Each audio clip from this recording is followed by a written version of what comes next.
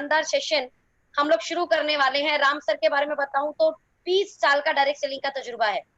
I think it's right sir, 20 साल या 22 साल, कम बोल दिया क्या? राम सर सुन पा रहे हैं?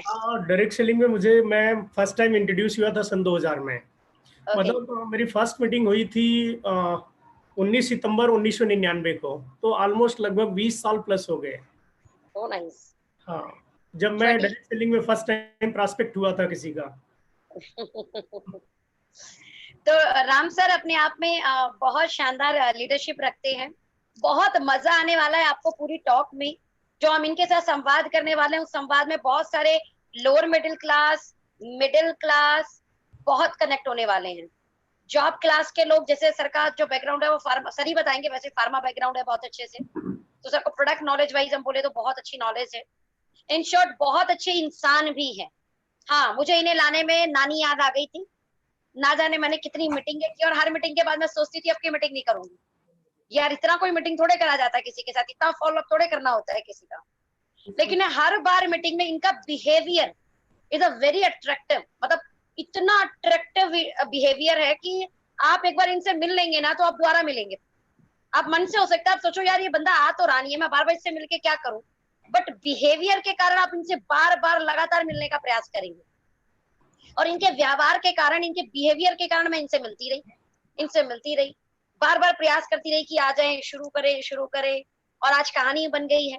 तो now we start the journey sir.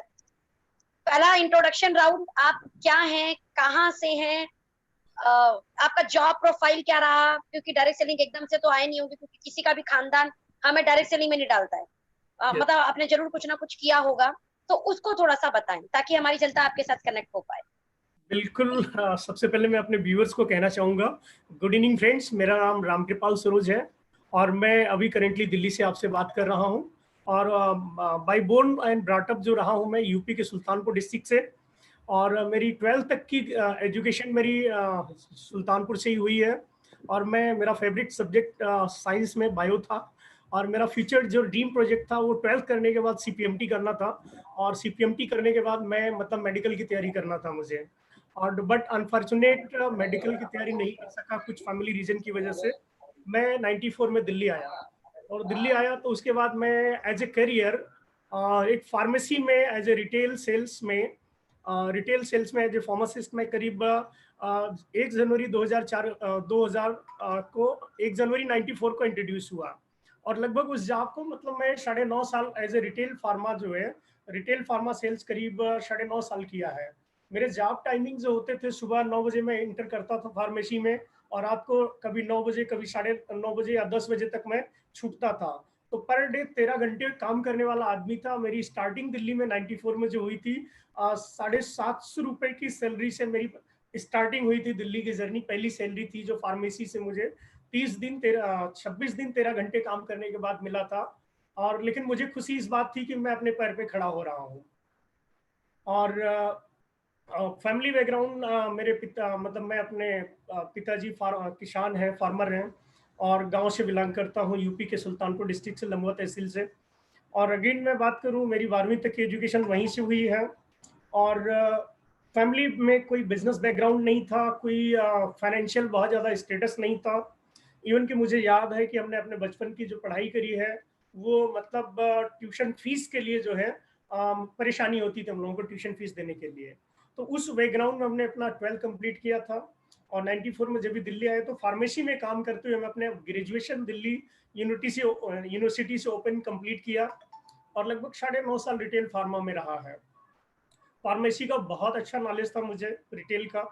और लगभग सारे काम करते थे काउंटर पे, जितने भी काम होते थे, चाहे ऑर्डर जनरेट करना हो, चाहे कस्टमर डील करना हो, या एवरीथिंग जो फार्मेसी में रिटेल में काम होते सारे काम करता था। 13 घंटे काम करने के बाद मेरी जो हाईएस्ट जर्नी थी वहां पे, लगभग 9.5 साल बाद जब मैं वहां से रिटायर हुआ था, तो उस जॉब को मैंने 4,700 रुपये में डिस्ट्रॉय किया था, यानी कि छोड़ा था, यानी कि मैं बीआरएस ले लिया था फार्मेसी से। ये बहुत छोटी सी जर्नी है। और अगेन आप नेक्स्ट क्वेश्चन पूछे तो मैं आपको और कुछ बताऊं। आप सुन पा रहे हैं? बिल्कुल, बहुत शानदार आंसर। एक बहुत अच्छा स्टार्टअप इंट्रोडक्शन में थोड़ा सा आप फैमिली के बारे में, जैसे फैमिली में कौन कौन है, ओके, मैं अपनी फैमिली में 5 ब्रदर हैं और 5 ब्रदर में मैं सबसे छोटा हूँ। मेरा जो नंबर है सबसे छोटा होने का है। और जब मैं दिल्ली आया था उस टाइम फैमिली की स्थिति इतनी बहुत ज़्यादा अच्छी नहीं होती थी। कुछ फैमिली मैटर ऐसे हो गए थे कि मुझे कुछ दिन के लिए वहाँ से मूव होना था। घरेलू मतलब मैटर में कुछ फैमिली में पड़ोस से झगड़ा हुआ था जिसकी वजह से मैं दिल्ली आ गया था। और क्योंकि स्कूलिंग मेरी उस समय डिस्टर्ब हुई थी और 5-6 महीने का टाइम था जिसके बाद दोबारा स्कूलिंग होती, तो मैं दिल्ली आया था एज ए फन कि 5-6 महीने मुझे दिल्ली घूमना है। और फैमिली में मतलब खाने पीने की कोई ऐसी प्रॉब्लम नहीं होती थी, बट हम फाइनेंशियली बहुत ज़्यादा स्ट्रांग नहीं थे। घर में कोई बिजनेस बैकग्राउंड नहीं था, 5 भाइयों में सबसे छोटा था, तो बाहर की दुनिया कभी देखा नहीं था। फर्स्ट टाइम मैं दिल्ली आया था, तो दिल्ली मुझे बहुत अट्रैक्टिव लगी। और ये छोटा सा बैकग्राउंड रहा और किसान परिवार के रहने वाले हैं। और 12th तक की एजुकेशन गांव से हुई है और ग्रेजुएशन मेरी दिल्ली से हुई है, डीयू से, ओपन से। जी। राम सर, मैं यहाँ पे चाहूंगी, क्या आप ईयरफोन यूज कर सकते हैं? शायद वॉइस थोड़ी और अच्छी आएगी। अभी कम आ रही है या ज्यादा? अगर मैं थोड़ी वॉल्यूम कम आ बढ़ा, रही है, तो वॉल्यूम बढ़ा दीजिए। थोड़ी वॉइस आपकी वॉइस कम है। बढ़ा दूंगा, बढ़ा के देख लेता हूँ। वॉल्यूम जितना अच्छा आए, ज्यादा आएगा उतना अच्छा रहेगा हमारी ऑडियंस के लिए। अभी मेरे ख्याल से वॉल्यूम बढ़ गया है, अभी आप देखिए। वॉल्यूम बढ़ गया है, बट क्या आप इस्तेमाल कर सकते हैं? शायद ईयरफोन इस्तेमाल करें। वैसे वॉल्यूम तो अच्छा आ रहा है, मुझे तो अच्छा आ रहा है। ईयर अगर अच्छा आ रहा तो ठीक है, नहीं तो मैं हेडफोन भी इस्तेमाल कर सकता हूँ अगर मेरे परफेक्ट है ख्याल से तो। हमारी ऑडियंस क्या बताना चाहेगी, प्लीज? परफेक्ट बता रहे हैं कुछ लोग, अच्छा है, परफेक्ट है। ठीक है। तो राम सर, हम नेक्स्ट क्वेश्चन पे आते हैं। जी। ऑल ओवर आपका बहुत अच्छा रहा, पढ़ाई में आप एक अच्छे स्टूडेंट थे, और आप कहीं ना कहीं फार्मा में भी आ गए थे, और आपका वो इंटरेस्टिंग सब्जेक्ट था। अच्छी बात यह है कि मतलब आपने, आपको जो अच्छा लगता था, आपने उसी करियर को चुना। जी। बट सवाल ये उठता है कि आप नेटवर्क मार्केटिंग इंडस्ट्री में कैसे इन कर गए? इसमें देखो, आपकी एंट्री कैसे हुई? बहुत ही इंटरेस्टिंग सवाल है और शायद ये मेरी लाइफ का टर्निंग पॉइंट था। अब मुझे बहुत अच्छी तरह से याद है कि जब मैं फार्मेसी में होता था, उसी दौरान मेरे एक मेडिकल कस्टमर ने मुझे प्रॉस्पेक्ट बनाया अपने बिजनेस के लिए। और मुझे वो दिन याद है कि 19 सितंबर 1999 का दिन था, जहां मेरे अपने एक फार्मेसी के क्लाइंट ने मुझे अपने मीटिंग के लिए अप्रोच किया था। और मीटिंग, पहली मीटिंग मेरी हुई थी कनॉट प्लेस में, एक ऑडिटोरियम जिसका नाम है फिक्की ऑडिटोरियम। और मीटिंग जो उस टाइम हुई थी वो थी एक इंटरनेशनल प्लेटफॉर्म जिसका नाम था एम्बे। और वो बिजनेस उस टाइम स्टार्ट ही हुआ था। मुझे किसी ने प्रॉस्पेक्ट बनाया था, मेरे अपने कस्टमर ने। और प्लास्टिक बनाया था, मुझे ज्यादा कुछ नहीं बताया था, खाली इतना बताया था कि आप फार्मेसी में 13 घंटे काम करते हो, इस काम के साथ साथ आप कुछ और एक्स्ट्रा इनकम करना चाहते हो क्या?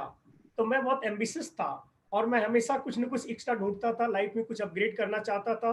तो मैंने उनको बोला, सर मैं तो ऑलरेडी 13 घंटे काम करता हूँ, तो मेरे पास टाइम कैसे बचेगा और कुछ काम करने के लिए? तो उन्होंने बोला कि एक बार आप आके देख लीजिए, अगर आपको समझ में आए तो आप डन कर सकते हैं। तो मैं जब 12 खंबा रोड पे फिक्की ऑडिटोरियम में गया, तो सच बताऊं तो मुझे जो पहली मीटिंग हुई थी, मुझे ज्यादा कुछ नहीं समझ आया था बिजनेस, लेकिन 2 चीजें मुझे बहुत ज्यादा समझ आई थी। पहली चीज ये समझ आई थी कि यहाँ का जो इन्वायरमेंट है, यहाँ जो लोग बैठे हुए हैं, दे आर वेरी डिसेंट, बहुत अच्छे लोग हैं, बहुत अच्छी जनरेशन है। मैं इन लोगों के बीच में रह के मतलब कभी गलत काम नहीं करूंगा। फर्स्ट ऑफ ऑल ये जो समझ आया था। और दूसरी चीज, वहां जो रह के एक बात और समझ में आई थी, वहाँ ड्रीम्स की बात हो रही थी, सपनों की बात हो रही थी और लाइफ अपग्रेड करने की बात हो रही थी। तो मुझे लगा कि शायद मेरे सपने जो है विजुअलाइज हो गए थे कि शायद एक ऐसा जगह है जहाँ पे सपने पूरे किए जा सकते हैं। और इससे ज्यादा मुझे उस फर्स्ट मीटिंग में कुछ भी समझ नहीं आया था। और मेरे जो स्पॉन्सर थे वो बहुत ही स्मार्ट थे, वेल इंटेलिजेंट थे, क्वालिफाइड थे, बाय प्रोफेशन इंजीनियर थे। और एक अच्छा अप्लाइंग की हैसियत से जो भी फॉर्मेलिटी, जो भी प्रोसीजर, जो भी फॉलोअप चाहिए था, उन्होंने मेरा बहुत अच्छा फॉलोअप किया। और नतीजा मैं 5 अक्टूबर 2000 को फाइनेंशियली उसको ज्वाइन किया। लेकिन जब तक मैं ज्वाइन नहीं किया था, ज्वाइन नहीं करने के पीछे क्या था कि 42 रुपए चाहिए थी किट खरीदने के लिए, और मेरे पास 142 रुपए नहीं होते थे उस किट को खरीदने के लिए। तो मेरे स्पॉन्सर ने ये बोला कि भी जब तक आप किट नहीं खरीद पा रहे हो, तो अगेन आप क्या करो, आप संडे संडे मीटिंग में आओ और इसको सीखते रहो, क्योंकि आगे भी सीखना है। तो मैंने कहा ये तो मैं कर सकता हूँ, क्योंकि जब मैं इस बिजनेस में नहीं था तो संडे मेरा 2 शौक था। मैं पूरी दिल्ली को घूमता था, घूमने की इच्छा थी कि दिल्ली देखूं, और दूसरा संडे के दिन मूवी देखता था, ये 2 काम था।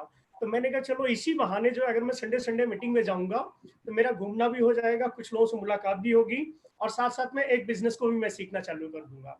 इस उद्देश्य से मैं लगातार मीटिंग सेमिनार में जाता रहा, और 5 अक्टूबर 2000 को फाइनली मैं कैपेबल हो पाया उस 42 रुपए की किट को खरीदने के लिए।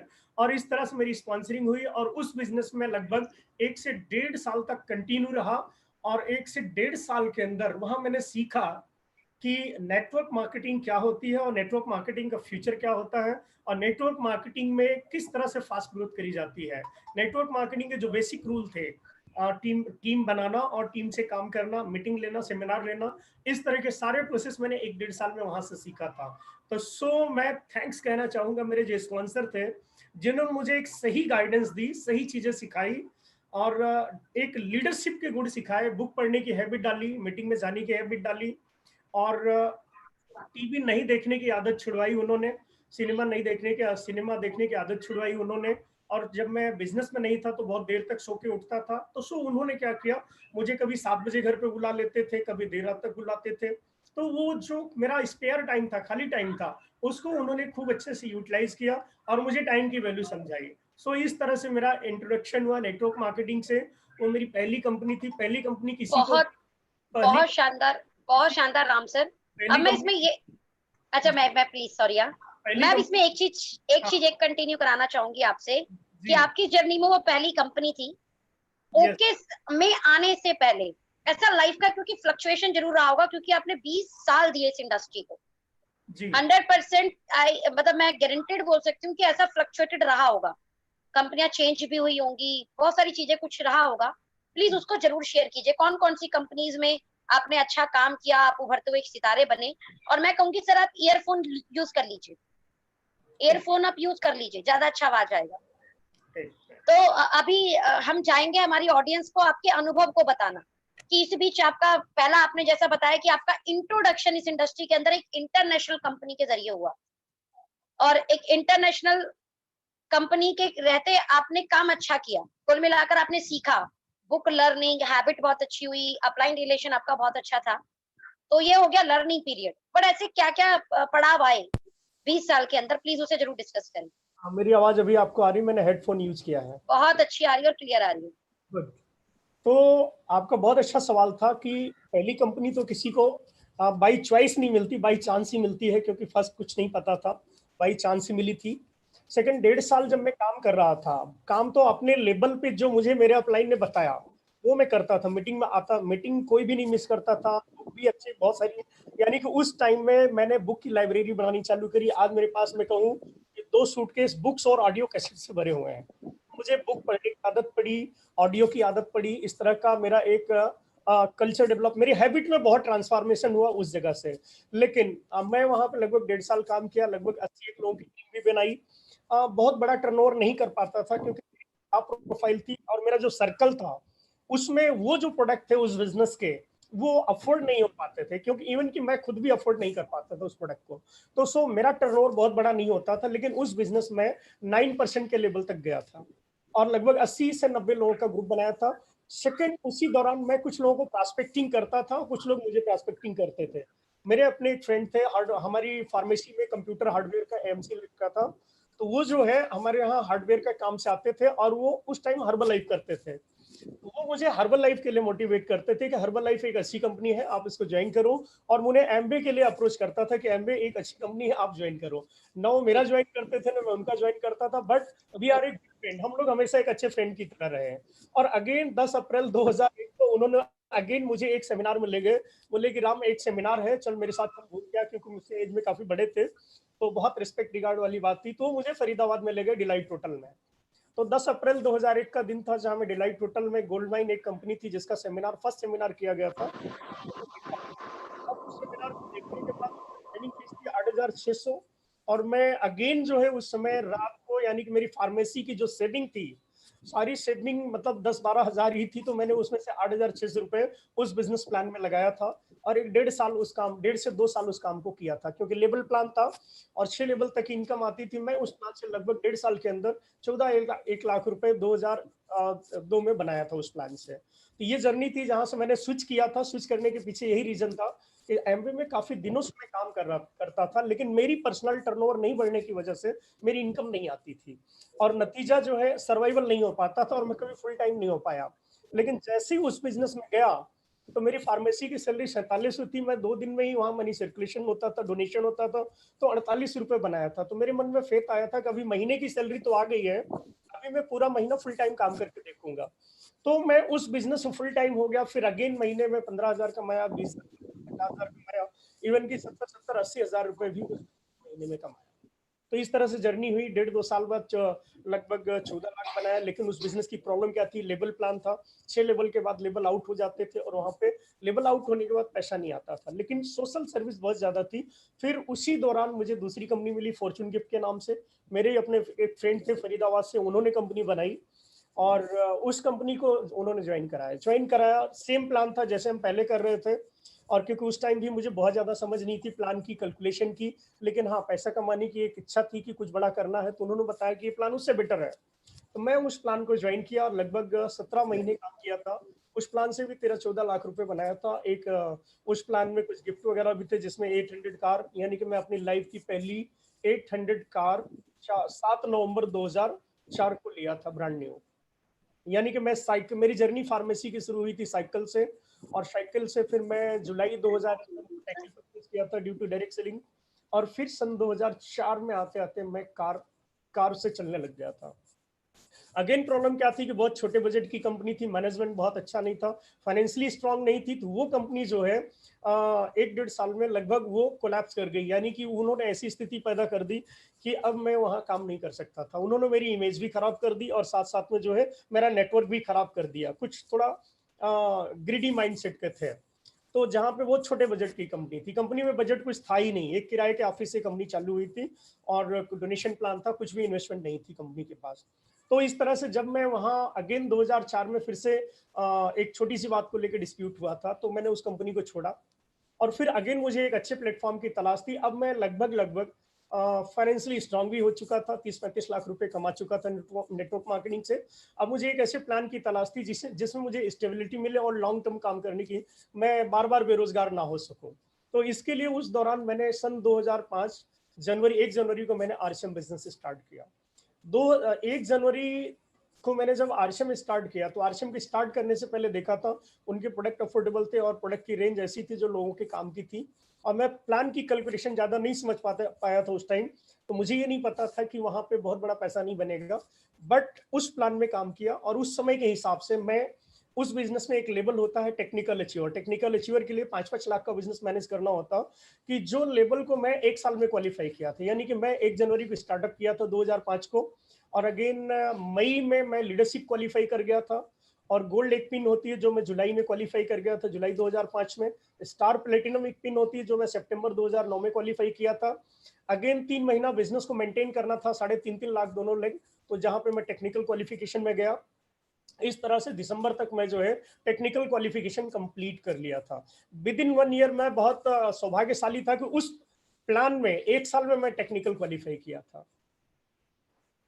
और अगेन उस प्लान में काम करते हुए सन 2005 से लेके अगेन मैं 30 जून 2019 तक उस प्लान में काम किया और सक्सेसफुली काम किया अपने लेवल पे। जितना समझ आया था बहुत अच्छे लेवल पे, इंडिया लेवल पे काम किया।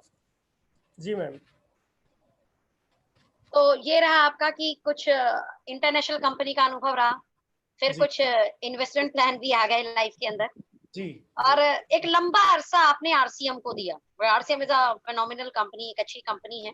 जी तो सर, सब चीजें अच्छी चल रही थी क्योंकि आपका एक अच्छा लेवल भी था वहां पर, जी और एक उतना धन तो आ रहा था कि इंसान ठीक है मैनेज कर सकता है अपने आप को। जी। फिर ओके लाइफ केयर क्यों डिसाइड किया? Why okay life care? आप ओके लाइफ केयर में क्यों आए? प्लीज ये जरूर बताएं। यहाँ सब आ जाएगी। जी, बात ये है, देखिए, बात ओके लाइफ केयर की नहीं है, बात थी करियर की। 14 साल काम करने के बाद जिस उद्देश्य से मैं गया था, उद्देश्य क्या था वहां जाने का? उद्देश्य यह था कि टाइम फ्रीडम मिलनी चाहिए और मुझे फाइनेंशियल फ्रीडम मिलनी चाहिए, और मुझे जो है मिलनी चाहिए थी फैमिली सिक्योरिटी। ये उद्देश्य के लिए ये उद्देश्य से मैं उस प्लान में गया था कि मुझे जो है मुझे जो है फाइनेंशियल फ्रीडम चाहिए और मुझे फैमिली सिक्योरिटी चाहिए। तो वो जो मिशन था मेरा, 14 साल में इसी उद्देश्य में टिका रहा कि शायद अब मैं, मेरा चेक बड़ा हो जाएगा, शायद अब मैं फाइनेंशियली स्ट्रांग हो जाऊंगा, या अब मेरे सपने पूरे हो जाएंगे। शायद वो 14 साल काम करते थे। मेरी हाईएस्ट इनकम थी 85,000 उस प्लेटफॉर्म पे, और एवरेज जो पे आउट होता था वो 50,000 के आसपास होता था। अगर मैं बात करूं सन 2005 की, तो उस टाइम के लिए एक अच्छी इनकम थी, लेकिन शायद अगर मैं बात करूं 2019 के लिए, तो शायद बहुत छोटी इनकम थी, क्योंकि उस 2005 में खर्चे कम होते थे और 2019 में खर्चे लगभग 50,000 कमाने के साथ 50,000 खर्च भी हो जाते थे। तो 2013 से लेकर 2019 तक सेविंग जीरो थी हाथ में, यानी कि बड़ा लोगों के रिटर्न में। Yes Ram yes. Sir sorry मैं इंटरप्ट कर रही हूँ, ये आपने दूसरा वाला जो कनेक्ट किया है ना, तब से थोड़ा वॉइस गड़बड़ होना शुरू हो गया आपका। ओके ओके, एक मिनट में बताता हूँ। सुनील, आ, आ, एक मिनट, उसमें वॉइस म्यूट कर दो, इसका स्पीकर का वॉइस म्यूट कर वॉइस तो दो। म्यूट है सर, वॉइस म्यूट है, वॉइस की कोई दिक्कत नहीं है। अच्छा, हाँ, तो वो दूर है ना फोन आपसे? कौन दूर है? हाँ चलो अभी ठीक है, उसको दूर कर दो, नहीं तो इको जाएगा फिर। ठीक है, अभी ठीक है ना? हाँ ठीक है। हाँ जी।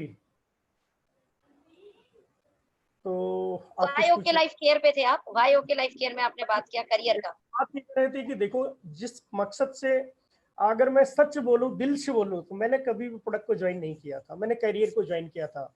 चाहे मैंने एमडी को ज्वाइन किया था, चाहे मैंने गोल्ड माइन को ज्वाइन किया था, चाहे मैंने फॉर्च्यून ग्रुप को ज्वाइन किया था, चाहे मैंने आरएसएम को ज्वाइन किया था, मैंने करियर को ज्वाइन किया था। मुझे करियर की तलाश थी, एक अच्छे प्लेटफॉर्म की तलाश थी। मैं टाइम फ्रीडम के लिए ज्वाइन किया था और फाइनेंशियल सिक्योरिटी के लिए ज्वाइन किया था, और लाइफ के करियर के लिए ज्वाइन किया था। मैंने कभी भी प्रोडक्ट के लिए ज्वाइन नहीं किया था। प्रोडक्ट एक सपोर्टिव था कि प्रोडक्ट अगर अच्छे हैं तो मेरे मेरे लिए सपोर्टिव था, लेकिन मैंने हमेशा करियर को ही ध्यान में रख के ज्वाइन किया था उस प्लान को। लेकिन जो सोचा था, अब मुझे निराशा तब हुई जब मुझे उस प्लान को चेंज करना पड़ा। तो मेरी लाइफ में शायद सबसे लंबा टाइम अब मैंने आरसीएम बिजनेस को दिया था, 14 साल। 14 साल देने के बाद भी शायद वो चीज नहीं मिल पाई जो जिस चीज की तलाश थी। यानी कि किसी प्लेटफॉर्म पे अगर 10 साल काम करने के बाद, 15 साल काम करने के बाद, 14 साल काम करने के बाद अगर फिर भी पैसे की प्रॉब्लम बनी रहे, तो शायद मैं कहता हूँ कि मैंने बहुत देर लगाया सोचने में, मुझे बहुत पहले सोच लेना चाहिए था। क्योंकि अल्टीमेट आपके पास आपकी फैमिली और आपका करियर ही रहता है। मुझे मुझे बिल्कुल बहुत अच्छे से याद है कि सर को बार बार ना हमें सपने एनालाइज कराने पड़े थे। मतलब एक्चुअल में होता क्या है, जब आप कंफर्ट जोन में चले जाते हो तो वाली बात होती है कि वो एक डॉगी वाली आपने स्टोरी सुनी होगी कि कील चुभती है लेकिन इतनी ज्यादा भी नहीं चुभती कि उठ जाओ कुर्सी पे से। एग्जैक्टली। और दूसरी बात ये था, मेरा जो नेचर था, मेरा नेचर क्या था, मैं कभी भी बार बार प्लेटफॉर्म चेंज करने में बिलीव नहीं करता था। दूसरी चीज, मैं जिस प्लेटफॉर्म पे गया था वहां पहले अपने को प्रूव करने की कोशिश किया, और मैंने प्रूव भी किया। यानी कि एक साल में टेक्निकल अचीवर बनना शायद आम बात नहीं होती है। आज भी उस प्लेटफॉर्म पे एक साल में लोग जल्दी, हर कोई मतलब 1-8% लोग होंगे जो टेक्निकल अचीवर एक साल बन पाते, तो नहीं तो आज भी 4 साल 5 साल लगता है उस प्लेटफॉर्म पे टेक्निकल अचीवर बनने में। लेकिन मैंने विद इन 1 ईयर किया था, तो अपने आप को प्रूव किया था। अब सवाल ये है कि मैंने ओके लाइफ क्यों ज्वाइन किया और देर से क्यों ज्वाइन किया। प्लान तो देखा तो बहुत पहले है, लेकिन मैं डिसीजन देर से क्यों लिया था। मेरा हमेशा एक बिल्कुल। नेचर रहा है। मैं थोड़ा सा इंटरप्ट करना चाहूंगी सर, देर से नहीं बहुत देर से लिया है। एग्जैक्ट आपका फॉलो अप करने में मुझे, मैं ये वर्ड बिल्कुल बोलने में बिल्कुल हिचकिचाऊंगी नहीं कि मुझे नानी याद आई है। मतलब एग्जैक्टली। मैं इतनी बार आपके साथ सेटिंग की है मैंने, बट फिर ऐसी क्या चीज थी, क्योंकि हम जब बार बार मिलते थे आप पॉजिटिव हो जाते थे, लेकिन आप एज अ करियर उसको चूज नहीं कर पा रहे थे, यानी आप खुल के नहीं आ पा रहे थे। फिर एग्जैक्टली। ऐसा क्या मोमेंट हुआ कि आप खुलकर आ गए? प्लीज इसको दो जरूर कनेक्ट दो कीजिए। बातें हैं, मैं आपको बोलना चाहूंगा कि देखिए, मेरी आदत होती है, मैं एकदम से बिलीव नहीं करता, क्योंकि मैं अपनी लाइफ में 2019 तक लगभग सब वो चीजें देख चुका था जो लगभग देखनी चाहिए। लोगों को बड़ा में देख चुका था, लोगों को बड़ा करियर एमएलएम में दिखता तो वो भी मैं देख चुका था। लोग एमएलएम में बहुत बड़ा पैसा आता है ये भी मैं जानता हूँ। मैं ऐसे व्यक्ति को भी जानता हूँ जिन्होंने 100 करोड़ भी कमाया हुआ, 1 करोड़ भी कमाने, 1 करोड़ महीना कमाने वाले व्यक्ति को भी जानता हूँ। मेरे बहुत सारे फ्रेंड 2011 में चेंज किए थे और वो आज डिफरेंट प्लेटफॉर्म में है, और वहाँ 8-8 10-10 लाख रुपए उनका पे आउट बनता है 7 साल में। तो वो मैं इस चीज को बहुत भली भांति जानता था कि डायरेक्ट सेलिंग में बहुत पावर है, बस सही प्लेटफॉर्म और सही प्लान की जरूरत होती है। अगर सही प्लेटफॉर्म और सही प्लान मिल जाएगा तो आम आदमी भी हिट हो जाएगा, उसमें कोई डाउट नहीं होगा वहां से। तो अब सवाल है कि मैंने देर से क्यों डिसीजन लिया, क्योंकि धोखे बहुत ज्यादा मिले थे पीछे, तो उसमें एकदम से बिलीव नहीं कर पा रहा था प्लान के ऊपर। क्योंकि जिस दिन प्लान देखा था पिछले, अगर मैं बात करूं तो सितंबर 2018 से मेरा माइंडसेट थोड़ा सा कहीं कहीं हट रहा था। उस बिजनेस से हटने के पीछे कारण था कि मेरा एक बहुत करीबी फ्रेंड मेरे साथ को, जो मेरे साथ 2005 से थे और रॉयल्टी अचीवर थे मेरे बिजनेस में, और वो अचानक 2018 में आके छोड़ देते हैं। कंपनी जब कोलैप्स हुई उस टाइम वो मेरा साथ नहीं छोड़े, उस टाइम बहुत सारे ऑफर उनको मिले, नहीं छोड़े। कंपनी जब एकदम रनिंग पे थी उस टाइम छोड़ के चले गए। तो मुझे बड़ा आघात लगा कि मतलब इस टाइम क्यों छोड़ा, अभी तो बिजनेस भी ठीक चल रहा और रिपेयर भी हो रहा, लेकिन अभी क्यों छोड़ दिया इन्होंने। तो फिर मैंने उनसे एक फ्रेंड के तरीके से बात किया। मैंने कहा सर आप जो है मेरे इतने अच्छे फ्रेंड थे और हम लोग लगभग 2005 से लेकर 2014 तक साथ किए, जब कंपनी बंद हुई तब आपने नहीं छोड़ा, लेकिन अभी अचानक 2018 में आके छोड़ दिया जब सब कुछ आपका अच्छा था। और उनका 1 लाख का बिजनेस भी बहुत बड़ा था। तो वो भी उनसे पूछा तो उन्होंने बोला सर ऐसा टाइम बहुत ज्यादा हो गया है और चूंकि फाइनेंशियली उतना स्ट्रांग नहीं हो पा रहे हैं, तो अब कहीं कहीं मोरल डिमोरलाइज होता है। फ्रेंड्स लोग बहुत सारे डिमोरलाइज करते हैं कि हम लगभग 10 साल 15 साल से काम कर रहे हैं और ये वो 20 लाख भी नहीं बना रहे थे प्लेटफॉर्म पे। तो उन्होंने बोला, खुल के बोला कि सर यही रीजन था और कोई रीजन नहीं था, आपसे मेरा कोई रिलेशन खराब नहीं था, हम लोग बहुत अच्छे फ्रेंड आज भी हैं। लेकिन उन्होंने बताया सर हम टूट रहे थे और इसके अलावा और कोई रास्ता नहीं था सर। तो तब मुझे एहसास हुआ कि ऐसी क्या वजह होती है, मेरा तो घर चल रहा लेकिन नीचे लोग घर नहीं चल रहा, तो वो क्यों छोड़ रहे हैं इस बिजनेस को और पर्टिकुलर किसी दूसरी कंपनी में जा रहे हैं। और यकीन मानो तो 2018 सितंबर से राम पहले। सर, जी सॉरी टू इंटरप्ट यू। आप जी। क्या अपना मोबाइल फोन यूज कर सकते हैं?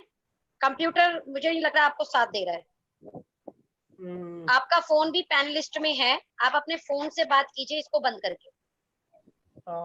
एक मिनट सुनील, एक बार फोन को थोड़ा सा देखना।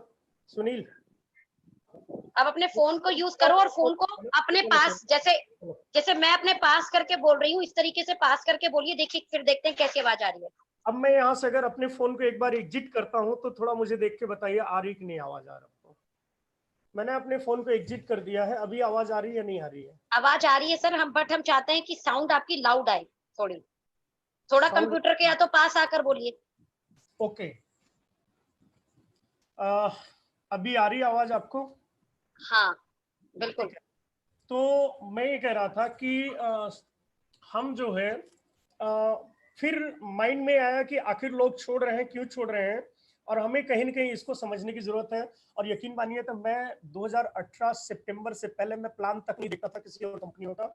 अगर कोई मुझे एमएलएम के लिए अप्रोच करता था या तो मुझे बोलता मीटिंग का पर्पज क्या है, अगर बोलते हैं एमएलएम है तो मैंने बोला मुझे दिखाने की क्या जरूरत है, मैं तो ऑलरेडी अच्छा कर रहा हूँ, बढ़िया कर रहा हूँ, मेरा सब कुछ बढ़िया चल रहा है, आप दिखाइए उनको, जरूरत मुझे तो जरूरत नहीं है करके मैं हमेशा टाल देता था। और कभी भी मैं प्लान भी नहीं देखता था, इसलिए मुझे बाहर के प्लान भी पता नहीं चलते थे क्या प्लान है एक्चुअल में। सर थोड़ा तो सा फिजिकली परफॉर्मेंस कम कीजिए, ओके थोड़ा हिलेंगे कम तो अच्छी आवाज आ रही है, और जैसे हिलना आपने शुरू किया तो वॉइस ब्रेक होनी शुरू हो गई। Okay okay. तो ये रीजन था कि मैं प्लान भी नहीं देखता था, और अगेन मैं मजबूर हुआ प्लान देखने के लिए 2018 सितंबर से। और मैं सर्च करना चालू किया कि आखिर मार्केट में क्या चल रहा, हम जिस प्लान में काम कर रहे हैं उस प्लान में ग्रोथ हमको क्यों नहीं मिल रही है। हम फुल टाइम काम कर रहे हैं, मीटिंग भी करते हैं और इंडियन लेवल पे भी भागते हैं, लेकिन फिर बिजनेस बड़ा क्यों नहीं हो रहा, बिजनेस हमारा डैमेज क्यों हो जाता बार बार, क्यों लोग बार बार छोड़ के चले जाते हैं। तो जब मैं सर्च करना चालू किया तो उस दौरान मैं बहुत सारी कंपनियों का प्लान देखा, और उसी दौरान मुझे आप भी मिले थे अक्टूबर में। और उस दौरान आप मिले थे तो मैं बहुत सारी चीजों को एनालिसिस कर रहा था। इवन कि आपका प्लान मुझे समझ में बिल्कुल आ गया था, और मैं आपके प्लान को देखते ही बात समझ में आ गया था कि इस तरह से पैसे बहुत अच्छे बनाए जा सकते हैं। लेकिन सवाल ये है कि थोड़ा सा बहुत सारे धोखे हुए थे लाइफ में, एकदम से बिलीव नहीं कर पा रहा था कि कंपनी का, चूंकि मैं बड़ी कंपनी में काम कर रहा था, जब भी कोई बड़े प्लेटफॉर्म पे काम करता है तो उसको छोटे प्लेटफॉर्म में आने में थोड़ा सा कहीं ना कहीं दिक्कत भी होती है। तो थोड़ा सा उस चीज को प्रैक्टिकल देखना चाहता था कि वो प्लान प्रैक्टिकल कितना काम करता है, यानी कि मैं उस चीज को देखना चाहता था कि प्लान प्रैक्टिकल है या नहीं है। और सर हमारे आवाज सर आवाज कट रही है फिर से आपकी, क्या करूं मैं? मैं एक चीज ये देखना चाहता था कि प्लान प्रैक्टिकल है या नहीं है, और मेरे जो अपलाइन बनेंगे वो प्रैक्टिकल है या नहीं है, ईमानदार है या नहीं है। तो इस चीज को देखने के लिए मैं थोड़ा सा टाइम लिया और उस बीच में कंपनी भी विजिट किया, कंपनी के जो सीईओ है उनको भी विजिट किया, उनको भी मिला और कुछ प्रोडक्ट भी यूज किया और प्लान को प्रैक्टिकल चेक किया कि क्या प्लान जैसा पेपर पे दिखाया जा रहा, क्या वो प्रैक्टिकल प्लान फील्ड में काम करता है या नहीं करता। और देखिए पेपर पे सबके प्लान अच्छे होते हैं लेकिन फील्ड में बहुत सारे प्लान काम नहीं करते। तो मुझे उस चीज की जरूरत थी, मुझे पेपर प्लान की जरूरत नहीं थी, मुझे एक्चुअल प्लान की जरूरत थी कि वो प्लान कितना प्रैक्टिकल है और प्रैक्टिकल उसको प्लान फील्ड में कितना काम कर रहा है। जो लोग काम उनकी कितनी हो रही मैं उसको चेक कर रहा था और जो जून तक आते थे वो सारे पैरामीटर में चेक कर चुका था अपने लेवल पे। मैं सोनम को भी चेक कर चुका था, सोनम को करेंगे नहीं करनी, एटलीस्ट से मुलाकात किया था और प्रैक्टिकल प्लान को और अच्छे से रीड कर चुका था। तो यानी कि जून आते आते तक मैं इन चीजों को रीड कर था और फाइनली गलती ना हो इसके लिए मैंने 1 जुलाई से लेकर 10 जुलाई तक फिर से बहुत सारी कंपनियों का प्लान देखा। इसलिए देखा कि अभी मैं ओपनली काम करने जा रहा था तो मेरा डिसीजन गलत ना हो, इसके लिए कंपनी का चुनाव गलत ना हो, फिर से मैं कम से कम 8-10 कंपनियों का प्लान देखा था, उसमें जो चला था।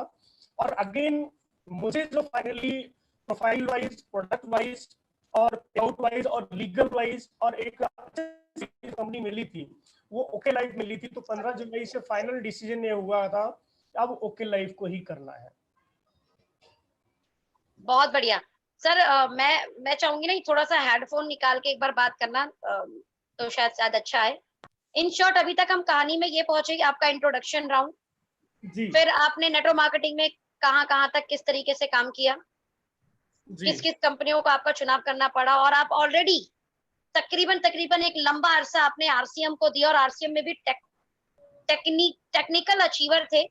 बीइंग अ टेक्निकल अचीवर वहां पर एक मेरे ख्याल से तकरीबन एक एवरेज इनकम की मैं बात करूं तो 70-80 हजार आप कमा रहे थे एवरेज इनकम जी। उस एवरेज इनकम को कमाने के बाद भी ओके लाइफ केयर का डिसीजन आपने यकीनन बहुत सोच समझ के लिया है, क्योंकि आपकी मीटिंग को मुझे पूरा याद है, मैं, अखिलेश सर, डीके सर, सबको मिला के लिया जाए तो तकरीबन 8 से 10 बार आपसे मीटिंग हुई है ओके लाइफ केयर शुरू करने से पहले। देखिए मैं उस प्लेटफॉर्म पे जहां था ऑलरेडी लगभग 50-1 हजार की रनिंग इनकम थी, कुछ मीटिंग से भी पैसा आ जाता था, 70-75 हजार का जुगाड़ मेरे पास करंट में था और अगर मैं थोड़ा और जोर लगाता तो लाख का जुगाड़ अगले साल भर में हो सकता था। लेकिन वहां पे 2 लाख और 5 लाख बनता हुआ नहीं दिख रहा था और मैं ऑलरेडी मेरे ड्रीम अगेन एमएलएम को लेके, मेरे नॉलेज को लेके, करियर को लेके और मेरे सर्कल में जो लोग ऑलरेडी मूव करके गए थे वो लोग 8-10 लाख रुपए बना रहे थे। तो मेरे मन में क्या आता था कि वो लोग जो आज 10 लाख बना रहे हैं, 15 लाख बना रहे हैं, मुझसे नॉलेज में अच्छे नहीं है और बड़ी टीम मुझसे नहीं बना चुके हैं, मुझसे अच्छे स्पीकर नहीं है। हाँ मुझसे अच्छे स्पीकर हैं, ना मुझसे अच्छा नॉलेज रहा है, ना उनका पास्ट परफॉर्मेंस अच्छा रहा है, लेकिन इसके बावजूद अगर वो 10-10 लाख 15-15 लाख कर रहे हैं तो शायद हम भी कर सकते हैं। और इसी उद्देश्य से शायद प्लेटफॉर्म को चूज करना पड़ा क्योंकि वहां पे 2 लाख बनता हुआ अगले 2 से 3 साल में भी नहीं दिख रहा था। और अभी फैमिली लाइबिलिटी बढ़ती जा रही थी। फैमिली लाइबिलिटी क्या बढ़ती जा रही थी, मेरे 3 बच्चे हैं, बड़ा बेटा जो है बीकॉम फाइनल कर चुका था, उसकी एज 25 साल हो गई, छोटा बेटा 21 साल का है, उससे बीच वाला छोटा लास्ट बेटा जो है लगभग 16 साल का हो गया था। अभी मेरे पास लाइबिलिटी बहुत तेजी से बढ़ रही थी, अभी मेरे पास 2 से 3 साल का ही टाइम था उन लाइबिलिटी को निपटाने के लिए, यानी कि बच्चों की शादी करना है, उसमें भी 8-10 लाख रुपए चाहिए एक शादी में। तो अगेन अगर मैं बात करूं तो 8-10 लाख रुपए लाए कहां से, क्योंकि 2013 से 2019 तक सेविंग तो जीरो हो गई थी, कुछ था ही नहीं हाथ में। हम लोगों की नजर में हीरो थे लेकिन फैमिली की नजर में जीरो हो गए थे। तो इसलिए डिसीजन लेने के लिए मजबूर हुए थे और ओके लाइफ के प्लान और प्लेटफॉर्म को देख के, क्योंकि उस समय जून में अखिलेश जी की इनकम 2.5 लाख हो चुकी थी, सोनम की इनकम लगभग 1 लाख हो चुकी थी। तो सोनम से मैं बहुत इंस्पायर था क्योंकि सोनम की एज मुझसे बहुत कम थी। दूसरा अगर मैं बात करूं तो एक्सपीरियंस भी मेरे पास ज्यादा था। जब भी मैं ऑलरेडी 50 हजार कमाता था, सोनम ने जीरो से स्टार्ट किया था बिजनेस को। तो मुझे लगा सोनम का अगर 1 लाख पे आउट मेरी आंखों के सामने हुआ है तो शायद मैं इतना कमजोर तो नहीं हूं, मैं भी बड़ा कर सकता हूं। और यही वजह था कि 15 जुलाई को आने के बाद फिर मैंने डिसीजन ले लिया था ओके लाइफ करना और 1 अगस्त से फुल टाइम काम करना चालू कर दिया था। एज ए प्रोफेशनल वर्किंग जिस तरह से काम किया जाता उस तरह से काम करना चालू कर दिया था। बहुत बढ़िया, बहुत शानदार।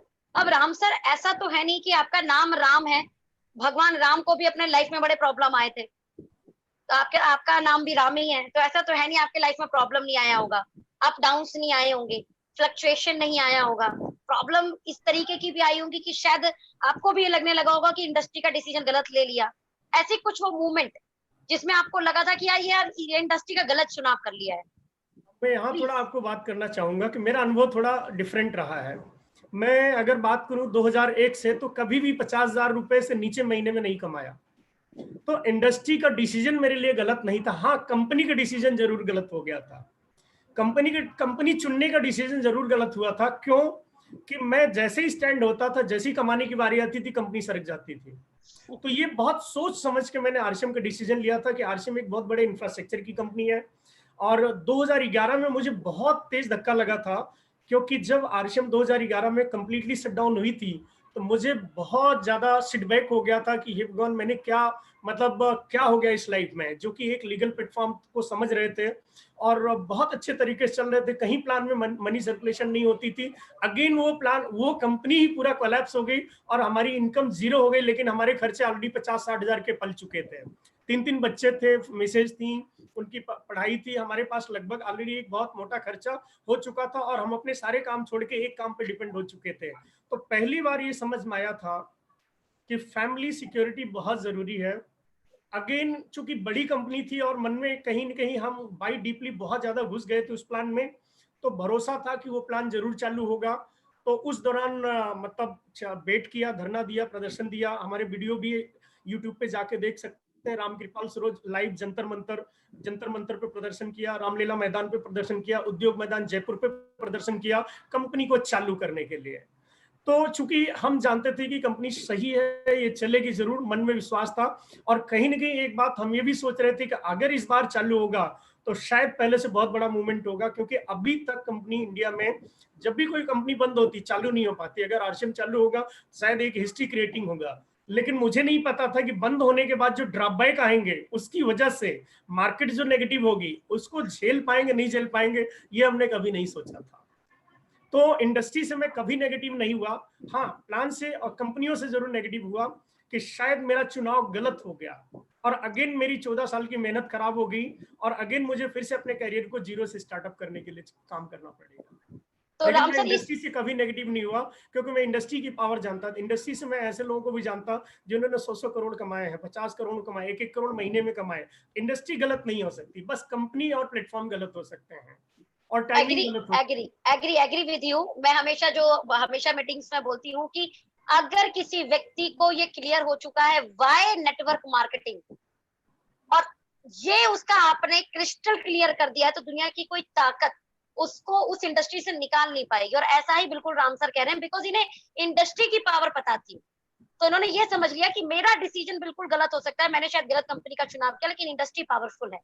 तो राम सर, ऐसा क्या मोमेंट आया, बिकॉज आप ऑलरेडी ये बोलते हैं दूध का जला भी छाछ फूक फूक के पीता है, यानी ऑलरेडी आपने एक प्रॉब्लम झेला, उसके बावजूद आपने ओके लाइफ केयर को शुरू किया और ओके लाइफ केयर को ग्रोथ करने में ऐसे क्या मोमेंटम थे जिन्होंने आपको मदद किया, और आज आप, मुझे लगता है तकरीबन 6 से 7 महीना, अगस्त से अगर वर्किंग लिया जाए तो अगस्त, सितंबर, अक्टूबर, नवंबर, दिसंबर, जनवरी, फरवरी मेरा 7वां महीना था। एग्जैक्टली 7वें महीने में 2 लाख रुपए आपने टच किए। मैं अगस्त मंथ का पे आउट जान सकती हूँ सर? देखो, जुलाई मैंने ट्रायल किया था, बहुत बड़ा काम नहीं किया था, मात्र 10,000 का बिजनेस किया था, क्योंकि डिसीजन लेने में बहुत लेट हो गया था महीना। जुलाई में मेरा 1671 रुपए का कमीशन था और अगस्त का 6,500 था। और तो जो है सितंबर का 19,000 था और अक्टूबर का 29,000 था, नवंबर का 80,000 था और दिसंबर का 1,36,000 था। अगेन जनवरी का 1,72,000 था और जो फरवरी लास्ट क्लोजिंग हुई थी उसका चेक था 1,97,000। ग्रेट ग्रेट, मतलब एक बड़ा अच्छा बताया। 1600, 6,000, right, I think 80,000, then 1,36,000, then तकरीबन 2। इट्स एक बहुत ही बताइए, बोल सकते हैं जे कर्व जी, जे कर्व में आपने ग्रोथ ली है। सर, ग्रोथ का फैक्टर क्या है? बहुत सारी ऑडियंस चाहती है कि ग्रोथ का फैक्टर आप बताएं, ताकि इस फॉर्मूले का वो लोग इस्तेमाल करके अपने चेक में भी जे कर्व की ग्रोथ लेके आ पाए। Please continue. देखो, मैं सिंपल जानता हूँ, डायरेक्ट सेलिंग इंडस्ट्री जो चलती है वो नेटवर्क से चलती है। डायरेक्ट सेलिंग इंडस्ट्री में अगर आपको बड़ा काम करना है या बड़ा पैसा बनाना है तो 2 चीजों का बहुत ख्याल करना पड़ेगा। 2 चीजों के बिना आप किसी काम के नहीं है। नंबर 1, ये टीम वर्क है, अकेले काम करने का बिजनेस नहीं है। आप फन्ने खा है, तुर्रम खा है, कोई फर्क नहीं पड़ता है अगर आपके पास टीम नहीं है। दूसरी चीज, पहली चीज है कि आपको अगर नेटवर्क मार्केटिंग में सफल होना है तो आपको एक टीम बनानी पड़ेगी, टीम बनाने की कला को सीखना पड़ेगा, और दूसरा उस टीम से काम कराने की कला को सीखना पड़ेगा। टीम और टर्नओवर, ये दो चीजें बहुत इंपॉर्टेंट मायने रखती हैं किसी भी प्लेटफॉर्म पे काम करने के लिए। और हाँ, मैं कह दूं एक बात कि मेरी ग्रोथ का जो सबसे बड़ा रीजन था, मैं आपको नट में बता दूं, कंफ्यूज आदमी कभी भी बड़ा काम नहीं कर पाता। तो बहुत ओके बढ़िया। लाइफ को लेके मैं कभी भी कंफ्यूज नहीं था जब मैंने स्टार्ट कर दिया था ना। हाँ, कंफ्यूज तब तक था जब तक मैंने काम स्टार्ट नहीं किया था। जिस दिन मैंने डिसीजन ले लिया था कि इस काम को करना है ना, उसके बाद मैं कभी कंफ्यूज नहीं रहा प्रोडक्ट के ऊपर, प्लान के ऊपर, पे आउट के ऊपर, कंपनी के ऊपर, मैनेजमेंट के ऊपर, क्योंकि यही चीजें मैंने जुड़ने से पहले चेक कर लिया था। और अभी जब मैंने ये सारी चीजें चेक कर लिया था तो मेरा काम क्या था, इंडस्ट्री का जो बेसिक रूल था उसको फॉलो करना। इंडस्ट्री का बेसिक रूल क्या है? बेसिक रूल यह है कि अगर आप नेटवर्क बिजनेस में हैं तो आपको टीम बनाना पड़ेगा, और उस टीम को एजुकेट करना पड़ेगा, और टीम से टर्नओवर क्रिएट करना पड़ेगा। पहले खुद यूजर बनना पड़ेगा, दूसरा अपनी टीम में यूजर क्रिएट करना पड़ेगा, तीसरा अपनी टीम में फील्ड फोर्स तैयार करने पड़ेंगे। तो अभी जब भी मैंने अगस्त से फुल टाइम काम करने का सोचा तो मेरा एक ही उद्देश्य था कि मुझे टीम का निर्माण करना। और मेरे साथ एक सीटबैक और सबसे बड़ा रहा कि जब मैंने ओके लाइफ करने का डिसीजन लिया तो मेरी जो पुरानी टीम थी, और जिसमें मुझे प्राउड था कि मैं अगर कोई भी काम करूंगा तो ये लोग मेरे साथ जरूर रहेंगे, क्योंकि हर व्यक्ति के कुछ फेवरेट लोग होते हैं, तो मेरे भी कुछ फेवरेट लोग थे। लेकिन जैसे ही मैंने कंपनी चेंज किया, उस प्लेटफॉर्म के मेरे अपलाइनर उनको इंडस्ट्री का जो एक रूल होता है, कन्विंस, कंफ्यूज एंड करप्ट, तीनों का इस्तेमाल करके उन लोगों को मेरे बारे में करप्ट कर दिया। तो अगेन नतीजा क्या हुआ, सभी लोगों ने साथ को छोड़ दिया, सबने बोला सर आप करिए, हम नहीं कर पाएंगे, हम वही अगेन उसी प्लेटफॉर्म पे रहेंगे। तो मेरे सामने एक डबल चैलेंज खड़ा हो गया। अभी मैंने चेंज करने का डिसीजन ले लिया हूं और मेरी टीम भी मेरा साथ नहीं दे रही है। अब मेरे पास एक और डबल जज्बा पैदा हो गया, अब तो किसी कीमत पे प्रूव करके दिखाना है, क्योंकि अगर अब फेल हो गए तो खत्म हो जाएंगे इंडस्ट्री में, फिर दोबारा खड़े भी नहीं हो पाएंगे। अगेन मैंने जीरो से अपनी जर्नी स्टार्ट करी थी जुलाई में। सोशल मीडिया का शुक्रगुजार हूं कि मुझे सोनम जी ने और अखिलेश जी ने बहुत इंस्पायर किया। आप फेसबुक पे आइए, आपने पोस्ट को, आप ओके लाइफ को डिक्लेयर करिए कि ओके लाइफ शुरू कर लिए। तो 31 जुलाई को जब भी मैंने फेसबुक पे डिक्लेयर कर दिया कि अभी मैंने अपने करियर की दूसरी पारी स्टार्ट कर दी है, और जो भी साथी, आप सभी लोगों से मैं सपोर्ट चाहता हूं, जो भी साथी इस प्लान को समझना चाहते हैं एक बार मुझे कॉल करें। यकीन मानिए कि उस पोस्ट की वजह से मेरे पास बहुत सारे कॉल आए थे। मुझे खुद नहीं पता था कि लोग मुझे इतना चाहते हैं और लोग मुझे इतना जानते हैं, मुझे कभी भी यकीन नहीं था। अगेन उसमें दोनों तरह की कॉल थी। कुछ लोग ऐसा था मुझे मंकी लीडर की संज्ञा देने के लिए कॉल कर रहे थे। कुछ लोग अगेन ये जानना चाहते थे सर आप तो अच्छा कर रहे थे, फिर आपने अचानक डिसीजन क्यों ले लिया। फिर कुछ लोग ये बोलते थे सर आपने क्या कर लिया, थोड़ा मुझे बताओ। तो अगेन बहुत सारे लोगों ने मुझे बोला कि ये लोग तो मंकी लीडर है, बिक गए या खरीद लिए गए, जो जिसको समझ में आया सो बोला। मैंने उनकी बातों का रिप्लाई नहीं किया। मैंने उन लोगों को काम पे लेना चालू किया जो लोग चाहते थे कि आपने क्या शुरू किया है। मैंने उनको फोन पे प्लान बताना चालू किया, व्हाट्सएप का सहारा लिया, पीडीएफ, प्लान, वीडियो, ये सारी चीजें भेजना चालू किया। उनमें से जो लोग मेरी विचारधारा से मिलते गए उनके साथ काम करता गया, और लगभग अगस्त महीने तक मैं थोड़ी सी टीम बना लिया था, जहां मुझे काम करने की जगह मिल गई थी, काम करना ऑलरेडी आता था, टीम बना चुका था काम करने के लिए। तो अगेन मैं 24 अगस्त को पहली बार दिल्ली से बाहर निकला ओके लाइफ को लेके, देहरादून गया, देहरादून में काम किया। फिर अगेन मेरी वो जर्नी वहां से गई, और मेरी टीम में जिन लोगों ने मेरा साथ दिया मैं उनका तहे दिल से शुक्रगुजार हूं। और मैं एज ए अपलाइन, मैंने अपनी सर्विस में कभी उनको कमी नहीं होने दी। मेरी मीटिंग की जहां उनको जरूरत पड़ी, मेरा जहां सपोर्ट की जरूरत पड़ी, मैं हमेशा उनके साथ लगा रहा, दिन नहीं देखा। यानी कि मैं बहुत दिनों बाद, बहुत सालों बाद 18 घंटे की वर्किंग किया हूं ओके लाइफ में। तो मेरी सफलता का एक श्रेय ये था कि मेहनत मैंने यहाँ बहुत ज्यादा की है, और दूसरा मैंने बेसिक रूल फॉलो किए हैं। बेसिक रूल नेटवर्क बनाना होता है और टीम को टर्नओवर सिखाना होता है, टीम को क्रिएट करना होता है। और इससे भी ज्यादा मेरी फैमिली ने मुझे सपोर्ट किया कि अभी जब भी मेरी टीम ने साथ छोड़ दिया तो मैंने फैमिली को स्पष्ट बोल दिया था कि 1 साल के लिए मुझे आपका सपोर्ट चाहिए।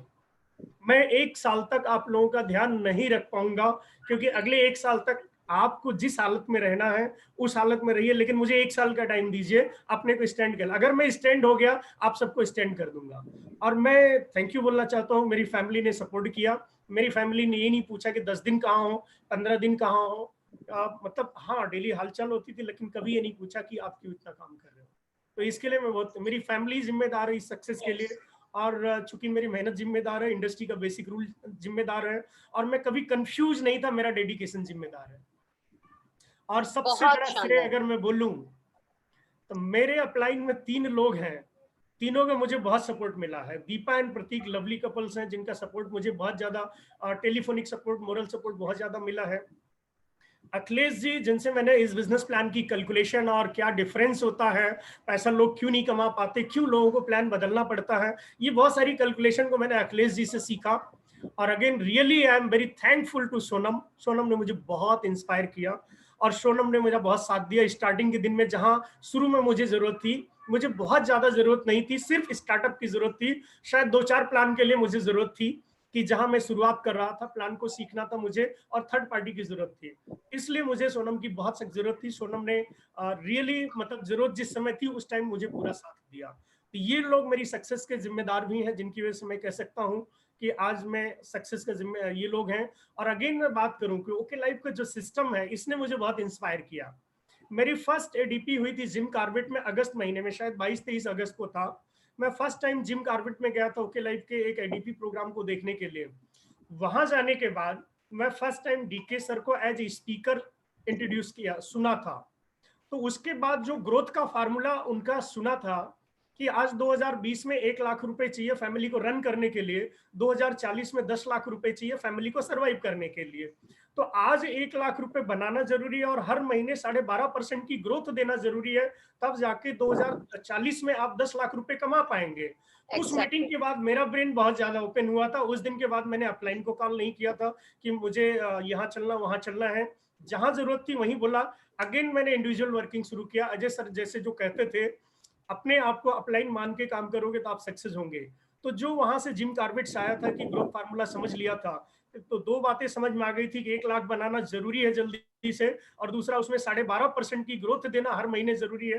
तभी आगे सर्वाइव कर पाएंगे, तभी एक अच्छे लीडर बन पाएंगे, अगर फैमिली को भी सर्वाइव नहीं कर पाएंगे। तो ये बहुत सपोर्ट किया मेरी ग्रोथ के लिए।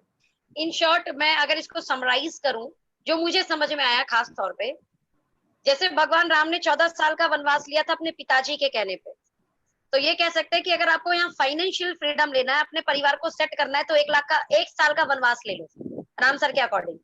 1 साल फैमिली को एवरेज बोल लोगों दो को, भैया अगर ये। मैं हाँ लीडर की बात करूं, तो लीडर को ओके लाइफ में 6 से 8 महीना लगता है, जी। और फ्रेशर को लगभग 1 से 1.5 साल लग जाएगा। और जो बहुत ब्रिलियंट लीडर हैं, जिनके पास टीम साथ आ जाती है, उनको शायद 2 से 3 महीना लगता है, इससे ज्यादा लगता एग्जैक्टली। ही नहीं है। मतलब कुल मिलाकर बोल सकते हैं कि लाइफ में एक लग्जरी ऐड करने के लिए हमें 1 साल का वनवास अगर हमने ले लिया तो मजा आ जाएगा। 100%। दूसरा, अगर दूसरा जो मुझे अगर हम बहुत अपने अच्छा। करियर के लिए, जी। अगर हम अपने करियर के लिए 1 साल भी डेडिकेशन नहीं दे सकते, 1 साल की भी हार्ड वर्किंग नहीं कर सकते, तो फिर सपने देखना गुनाह है, जुर्म है। मतलब फिर वो मुंगेरी लाल के हसीन सपने जैसा हो गया ना, आंखें बंद करते हुए दिखेंगे बस। हकीकत में नहीं होंगे। दूसरा मुझे पॉइंट बहुत अच्छा आपका समझ में आया कि अपने आप को अपलाइन मान के काम करना शुरू कर दो।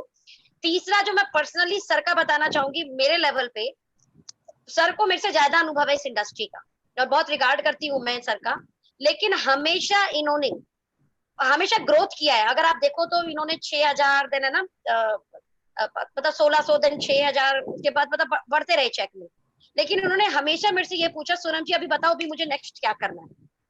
मतलब हमेशा दे इन आस्किंग मोड कि प्लीज मुझे बताओ मुझे और क्या करना चाहिए, मुझे और बताओ मुझे क्या, मतलब ये ललक सीखने की, ये ललक अपलाइन की तरफ सबमिशन की है जो भावना, जबकि ऑलरेडी मेरे से अनुभवी हैं, बट उसके बावजूद इन्होंने सबमिशन मोड में रखकर ये हमेशा पूछना चाहा और मैं क्या करूं और मुझे क्या करना चाहिए। And they grow day by day, day by day, day by day, day by day, day by day. और यकीनन इन्होंने 18-18 घंटे काम किया है, अपने कंफर्ट जोन को छोड़ा है, जबकि इन्हें 50,000, 60,000, 70,000 बहुत कंफर्टेबली आ रहे थे। अगर आप लोगों को पता हो तो आरसीएम कंपनी में मीटिंग देने जाओ बीइंग अपलाइन तो आपको पैसा मिलता है उल्टा। यानी एज अ ट्रेनर भी वहां पर थी, अपनी टीम को लेके, अदर टीम को लेके इनकी बहुत अच्छी पहचान थी। नई टीम बिल्कुल बनाई, यहाँ पे जीरो से आई कोई टीम नहीं थी, बिकॉज वो 3P वाला फॉर्मूला लगा देते हैं लोग, 3C वाला। मैं उस प्लेटफॉर्म पे भी 10-10 दिन बाहर रहा हूँ मीटिंग ट्रेनिंग देने के लिए। बट बहुत कंफर्ट था सर कहीं ना कहीं, जी बिकॉज मीटिंग मीटिंग ऑर्गेनाइज आपने नहीं करनी, करेक्ट। आप तो सिर्फ गए वहां पे और रेस्पेक्ट मिल रहा है, ऑर्गेनाइज ऑलरेडी किसी ने कर रखा है, ऊपर से और पैसा लेकर आए आप उल्टा। बिल्कुल बिल्कुल। इवन आप यहाँ पर जा रहे हो तो आपको और ऑर्गेनाइज तो करवाया का आपने, पता चल रहा है हॉल का पैसा भी देके आ रहे हो। करेक्ट, बिल्कुल सही बात है। तो ये जोन से निकलना पड़ता है कई बार लीडर्स को ना, वो कंफर्ट जोन छोड़ना होता है। दूसरी दूसरी एक चीज और थी जो ग्रोथ का फैक्टर बना। देखिए सोनम जी, क्या होता है, टारगेट जो अचीवेबल होता है उसी के लिए लोग फाइट करते हैं, और जब टारगेट नजदीक दिख रहा होता है तो लोग पूरी ताकत लगाते हैं, और टारगेट अगर बहुत दूर होता है तो शायद लोग हौसला छोड़ देते हैं। अगर मैं 14 साल Exactly. बात करूं तो शायद वहां पे कुछ बड़ा होता हुआ मेरे सराउंडिंग में या मेरे अपलाइन में कुछ ऐसा दिख नहीं रहा था। यानी कि 18 साल 20 साल काम करने के बाद भी वो बहुत अच्छी इनकम पे नहीं थे, यानी कि अगर मैं बोलूँ कि एक इंस्पायरिंग इनकम पे नहीं थे। लेकिन जैसे मैं ओके लाइफ में आया, सोनम का देखा तो अगेन जुलाई में 1 लाख, अगेन फिर वो 1,55 हो गया, फिर 2,67,000 हो गया, 4,26 हो गया, 5,14 हो गया, अखिलेश जी ऑलरेडी 9,77 पे चले गए। तो यहाँ पे बहुत बड़ी इंस्पिरेशन थी कि हमारे अपलाइन जो प्रैक्टिकल करके दिखा रहे थे, प्रैक्टिकल करके जब वो दिखा रहे थे, कहीं ना कहीं एक बिलीव लेवल और बढ़ता जा रहा था कि अगर ये लोग कर सकते हैं तो हम भी कर सकते हैं, क्योंकि प्रैक्टिकल दिख रहा था, ट्रांसपेरेंसी थी पे आउट में, कहीं गुमराह नहीं किया जा रहा था, कहीं उसको हिडन नहीं किया जा रहा था और कंपनियों की तरह से। जैसे और कंपनियों में क्या होता, बताया जाता है लेकिन कभी भी ट्रांसपेरेंसी नहीं दी जाती है।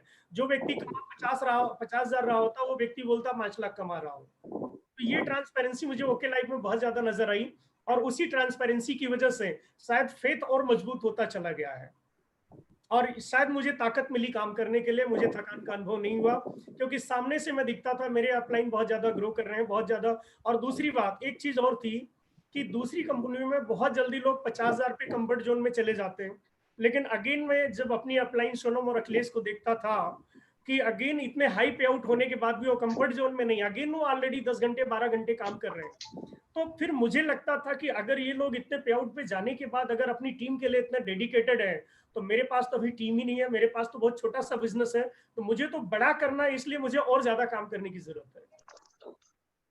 बहुत बढ़िया। लास्ट में हम चाहेंगे, क्योंकि हम लोग अपने टाइम को पूरा कर चुके हैं 1 घंटा, आप ऐसे क्या 3 से 4 पॉइंट देना चाहेंगे हमारे ऑडियंस को कि इनका बिजनेस भी ग्रो करने लगे? ऐसे 3 से 4 पॉइंट कोई समरी रूप में आप देना चाहें अपने इन लोगों को, इन्हें क्या करना चाहिए? सबसे पहली चीज मैं ये कहना चाहूंगा, जब तक आप 100% फेथ नहीं करेंगे, चाहे वो अपने ऊपर, चाहे वो अपलाइन के ऊपर, चाहे अपनी कंपनी के ऊपर, आपके फेथ में कहीं भी थोड़ा बहुत कमी रहेगी, आपकी स्पीड स्लो हो जाएगी। तो आप अपने फेथ को थोड़ा कंप्लीट करिए, फेथ टूटने मत दीजिए। अगर कोई जानकारी नहीं तो उसको कंप्लीट करें, लेकिन फेथ पूरा करें। यकीन करिए प्रोडक्ट बहुत अच्छे हैं, यकीन करिए आपके अपलाइन बहुत अच्छे हैं। मैं कहता हूँ ओके लाइफ की सबसे बेस्ट एलओएस हमारे पास है टीम मेंटर, बहुत फास्टेस्ट ग्रोइंग अपलाइन है। तो जहां इतनी अच्छी अपलाइन मिली हुई है, जहां इतना अच्छा सिस्टम मिला हुआ है, जहां इतने अच्छे प्रोडक्ट मिले हुए हैं, जहां इतना हाई पे आउट वाले प्लान मिले हुए हैं, तो इस जगह भी अगर ग्रो नहीं कर पाए तो इसका मतलब कहीं ना कहीं आपके अंदर फेथ नहीं था और आप अपने हिस्से का काम ईमानदारी से नहीं कर पा रहे थे।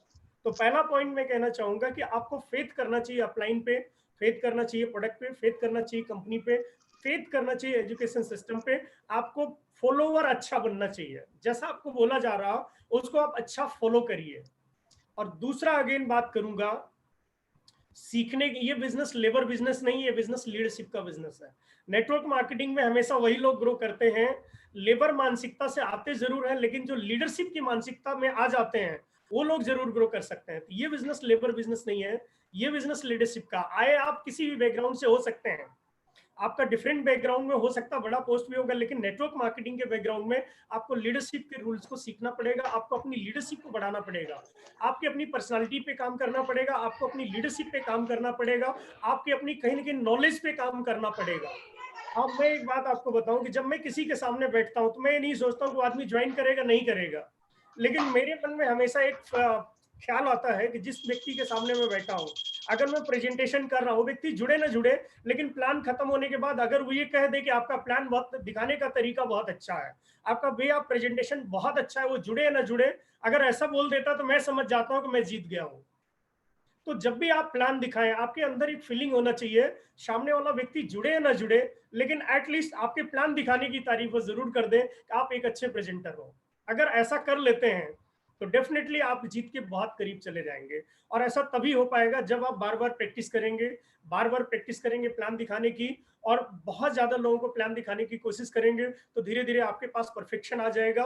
और बुक पढ़ने की आदत डालेंगे तो आपके ब्रेन में जो शब्द हैं वो थोड़े अच्छे आ जाएंगे, ऑब्जेक्शन हैंडलिंग आ जाएगी, आपको बात करने का तरीका थोड़ा अच्छा हो जाएगा, परफेक्ट हो जाएगा, वेल मैनर वाला हो जाएगा। और मैं अगर बोलूं कि ये बिजनेस दूसरों को व्यवस्थित करने का नहीं है, ये खुद को व्यवस्थित करने का बिजनेस है। आप अपने को जितना मैनेज करेंगे, आप अपनी पर्सनालिटी को अच्छा बनाइए, आप अपने कम्युनिकेशन स्किल को अच्छा बनाइए, आप अपने टाइम का मैनेजमेंट करिए, आप अपने टाइम को वेस्ट होने से बचाइए, आप अपने टाइम को यूटिलाइज जितना ज्यादा कर पाएंगे उतनी जल्दी आप ग्रो कर पाएंगे।